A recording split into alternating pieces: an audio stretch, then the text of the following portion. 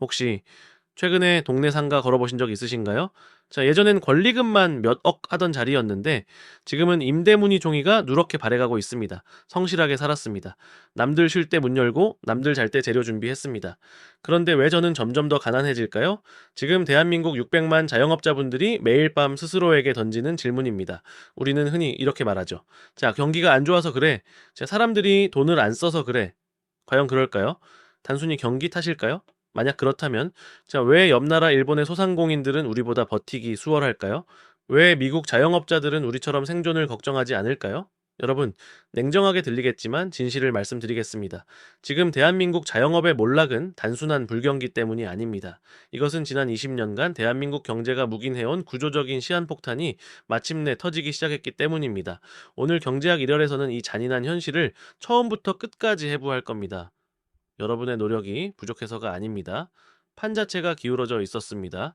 그 기울어진 판의 정체, 지금부터 데이터로 확인해 보겠습니다. 자, 감정을 걷어내고 숫자만 보겠습니다.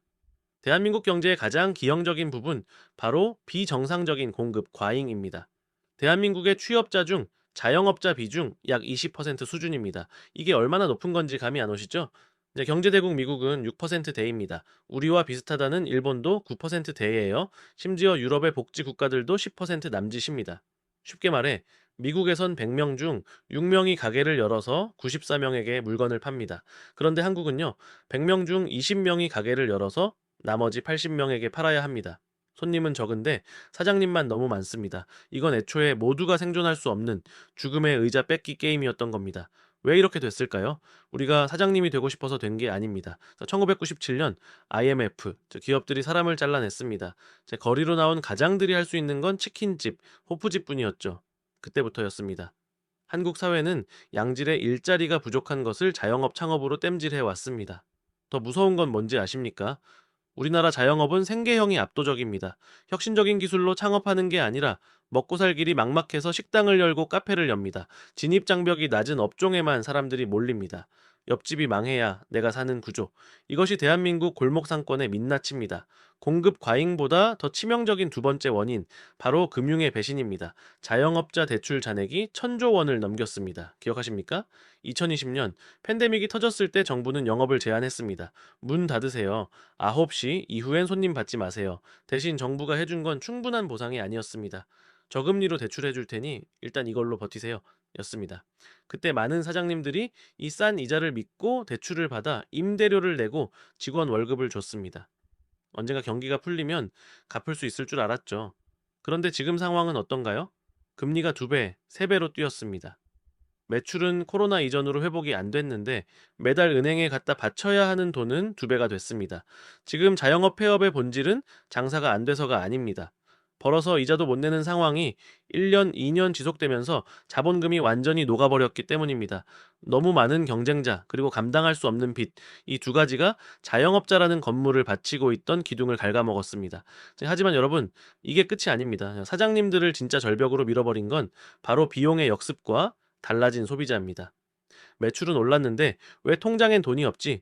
이 미스터리를 풀기 위해 이제 우리는 가게 장부의 뒷면을 자세히 들여다봐야 합니다. 어떤 분들은 이렇게 반문하실 겁니다. 아니, 내 친구네 가게는 장사 잘 되던데, 배달 오토바이 계속 왔다 갔다 하던데, 바로 여기에 자영업자들만 아는 착시 현상이 있습니다. 옛날에는 장사가 잘 되면 사장님 주머니가 두둑해졌습니다. 하지만 지금은 재주는 곰이 부리고 돈은 왕서방이 가져가는 구조가 완벽하게 정착됐습니다. 첫 번째 주범, 바로 플랫폼입니다. 소비자 입장에선 너무 좋습니다. 터치 몇 번이면 집 앞까지 오고 요즘엔 무료 배달 경쟁까지 붙었죠. 그런데 세상에 공짜가 어디 있습니까? 그 비용 누가 낼까요? 상당 부분은 자영업자의 마진에서 깎여 나갑니다. 계산기를 두들겨 볼까요? 2만 원짜리 치킨 한 마리 팔면 재료비, 포장비 빼고 여기서 플랫폼 중개 수수료, 결제 수수료, 배달 대행비, 깃발 꽂는 광고비까지 뺍니다. 사장님 손에 쥐어지는 돈이 2,000원 남짓이라는 통계도 있습니다. 팔면 팔수록 밑 빠진 독에 물 붓기가 되는 겁니다.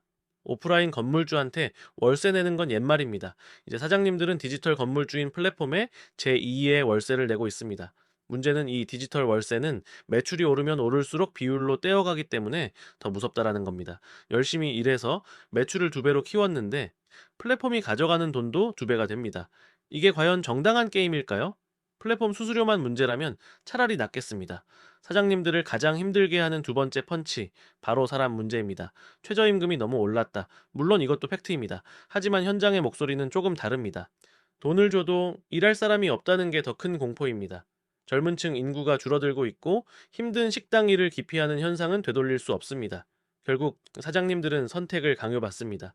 내가 몸을 갈아 넣어 1인 3역을 하거나 아니면은 비싼 키오스크와 서빙 로봇을 들이거나. 여기서 딜레마가 생깁니다. 인건비를 아끼려고 직원을 줄이면 서비스 퀄리티가 떨어집니다. 음식이 늦게 나오고 테이블이 안 치워집니다. 그럼 손님은 불만을 갖고 떠나죠. 매출이 하락합니다. 악순환의 고리에 갇히는 겁니다. 비용은 미친 듯이 오르는데 뭐 장사라도 잘 되면 버티겠죠? 하지만 여기서 결정타가 날아옵니다. 대한민국 자영업을 지탱해온 소비의 룰이 완전히 바뀌었습니다. 과거 자영업의 필승 공식은 저녁 장사와 술 장사였습니다. 점심엔 밥 팔아서 본전 치고 저녁에 회식 손님 받아 술 팔아서 마진을 남겼죠. 그런데 코로나 이후 회식 문화가 증발했습니다. 요즘 2030 직장인들 부장님이 오늘 삼겹살에 소주 한 잔? 하면 뭐라 그럴까요? 저 헬스장 가야 되는데요. 집에서 넷플릭스 볼 건데요. 합니다. 주 52시간제, 워라밸, 그리고 개인주의. 예, 이 거대한 흐름 속에서 과거의 영광을 누리던 대형 고깃집, 호프집들은 직격탄을 맞았습니다. 소비 트렌드도 잔인하게 변했습니다. 중간이 사라졌습니다. 점심은 편의점 도시락이나 저가 커피로 때우는 짠테크를 하거나 아니면 기왕 쓸 거 최고급으로 가자는 플렉스 소비만 남았습니다. 어정쩡한 가격, 평범한 맛, 특색 없는 인테리어의 동네 식당은 설 자리가 없습니다. 소비자는 이제 스마트폰으로 5점, 만점짜리 맛집만 찾아다닙니다. 자, 그냥 문 열어놓으면 동네 사람들이 와주던 시대는 끝났습니다. 정리해보겠습니다. 지금 자영업 현장은 초고난도 게임으로 변했습니다. 플레이어는 너무 많은데 무기는 빚으로 마련했고 게임 규칙은 불리해졌으며 심지어 관중들은 떠나고 있습니다. 이 상황에서 열심히 하면 된다는 말은 희망 고문일 뿐입니다. 지금 필요한 건 맹목적인 노력이 아니라 냉철한 손절과 전환의 판단입니다. 그렇다면 이 판단의 차이가 어떤 결과를 가져올까요? 지금부터 냉혹한 시뮬레이션을 통해 3년 뒤 미래를 미리 확인해 보겠습니다. 여기 똑같은 상황에 처한 두 명의 사장님이 있습니다. 두 분 다 현재 대출 1억 원이 있고 매달 100만 원씩 적자를 보고 있습니다. 하지만 두 사람의 판단은 정반대입니다. 3년 뒤 이들의 통장은 어떻게 되어 있을까요? 먼저 김 사장님입니다. 그는 조금만 버티면 경기가 풀리겠지 라는 믿음 하나로 대환대출을 받습니다. 빚으로 빚을 막는 거죠. 이자를 내기 위해 원금을 더 빌립니다. 이걸 금융 용어로 폰지 사기와 다를 게 없다고 합니다. 본인이 본인에게 사기를 치는 셈이니까요. 1년 뒤 금리는 떨어지지 않았습니다. 빚은 억 5천이 되었습니다. 2년 뒤 건강이 나빠져 가게 문을 며칠 닫았습니다. 손님이 끊깁니다. 3년 뒤 결국 가게는 경매로 넘어갑니다. 남은 건 신용 불량자라는 딱지와 평생 갚아도 못 갚을 악성 부채뿐입니다. 버티는 게 능사가 아닙니다. 방향이 틀렸는데 속도를 내면 더 빨리 절벽으로 떨어질 뿐입니다. 반면 이 사장님은 계산기를 두드렸습니다. 그는 현재 구조로는 답이 없다고 판단하고 과감하게 폐업을 결정합니다. 권리금은커녕 원상복구 비용으로 돈이 더 깨졌습니다. 주변에서 망했다고 수군댑니다. 가슴이 찢어집니다. 하지만 3년 뒤를 볼까요? 이 사장님은 남은 보증금이라도 지켰습니다. 빚이 더 늘어나는 걸 멈췄습니다. 그 돈으로 1년간 기술을 배우거나 더 작은 규모로 고정비가 없는 배달 전문점이나 1인 샵으로 재창업했습니다. 김 사장님이 빚 독촉에 시달릴 때 이 사장님은 재기의 발판을 마련했습니다. 주식만 손절매가 필요한 게 아닙니다. 자영업이야말로 냉철한 손절이 생명을 구합니다. 그럼 지금 당장 여러분은 무엇을 해야 할까요? 막연한 열심히는 버리십시오. 구체적인 3가지 지침을 드립니다. 첫째, 나만의 데드라인을 정하십시오. 언젠가 좋아지겠지는 없습니다. 날짜를 박으세요. 올해 12월까지 순이익 300만 원 못 만들면 무조건 접는다. 혹은 대출금이 내 자본금의 50%를 넘으면 뒤도 안 돌아보고 나온다. 기준이 없으면 감정에 휘둘리고 감정에 휘둘리면 늪에 빠집니다. 둘째, 덩치를 줄이십시오. 지금 자영업에 적은 임대료와 인건비입니다. 홀 장사가 안 되면 과감하게 홀을 없애고 배달이나 포장 전문으로 가거나 메뉴가 50개라면 5개로 줄이십시오. 재고 관리 비용, 조리 동선, 인건비까지 획기적으로 줄여야 합니다.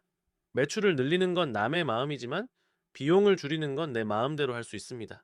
셋째, 뜨내기 10,000명보다 찐팬 100명을 만드십시오. 대기업 프랜차이즈와 가격으로 싸우지 마십시오. 여러분은 집니다. 대신 대기업이 못하는 걸 하세요. 손님 이름 기억하기, 취향 맞춰주기, 진심 어린 소통. 경기가 어려워도 내가 좋아하는 단골 가게는 어떻게든 팔아주려고 하는 게 한국인의 정입니다.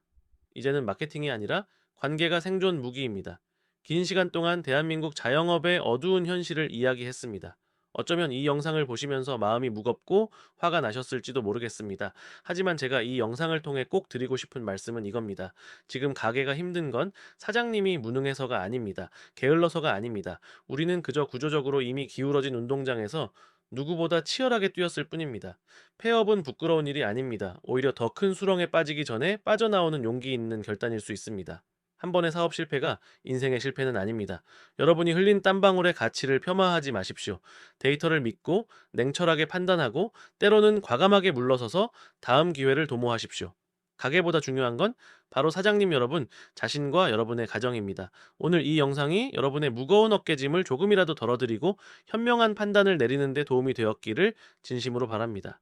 자, 경제학 일열은 대한민국 모든 사장님들의 진짜 생존을 응원합니다. 감사합니다.